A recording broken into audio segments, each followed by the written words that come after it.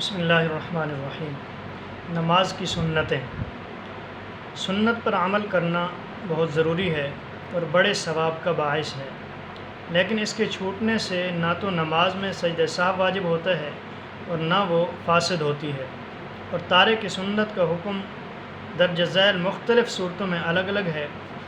اگر بلا ارادہ کوئی سنت چھوٹ گئی تو کوئی گناہ نہیں، یعنی ارادے کے بغیر کوئی سنت چھوٹ گئی تو کوئی گناہ نہیں۔ اگر قصداً کوئی سنت چھوڑ دی لیکن دل میں سنت کی تحقیر اور استخفاف کا قصد نہیں ہے تو گناہ گار ہوگا، اور اگر نعوذ باللہ سنت کو تحقیر کی بنا پر چھوڑا ہے تو ایسا شخص اسلام سے خارج ہے۔ اس لیے بہرحال نماز کو سنت کے مطابق پڑھنے کا مکمل اہتمام کرنا چاہیے اور کوشش کرنی چاہیے کہ نماز کی کوئی سنت ہم سے فوت نہ ہو۔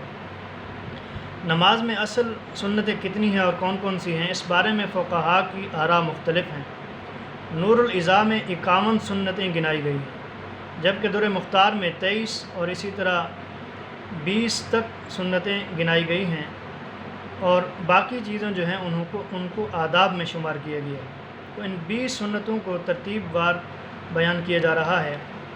اذان و اقامت، تکبیر تحریمہ کے وقت دونوں ہاتھ اٹھانا اور ہاتھ اٹھاتے وقت انگلیاں اپنے حال پر رکھنا، امام کا تکبیرات کو بلند آواز سے کہنا، ثنا پڑھنا، اعوذ باللہ من الشیطان الرجیم پڑھنا، بسم اللہ الرحمن الرحیم پڑھنا، آمین کہنا، ثنا، تعوذ، تسمیہ اور آمین کو آہستہ پڑھنا، یہ الگ سنت ہے۔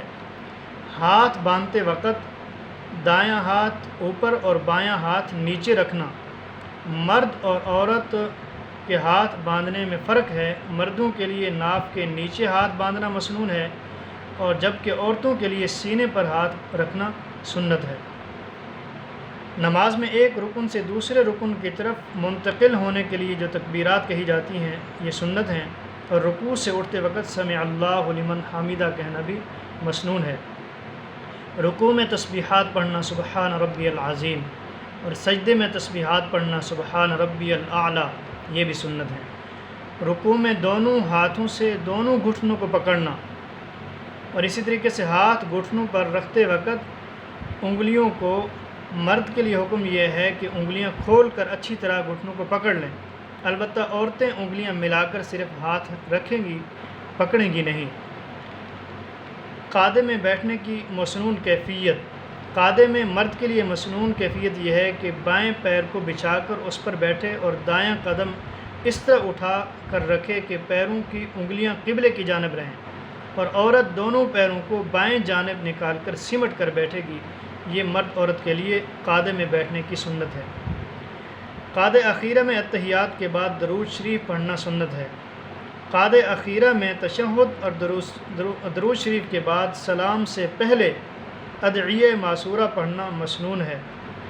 اسی طریقے سے قعدہ اولیٰ میں اور قعدہ اخیرہ میں اتحیات میں جب کلمہ اشہد ان لا الہ کہے تو شہادت کی انگلی اٹھانا مسنون ہے۔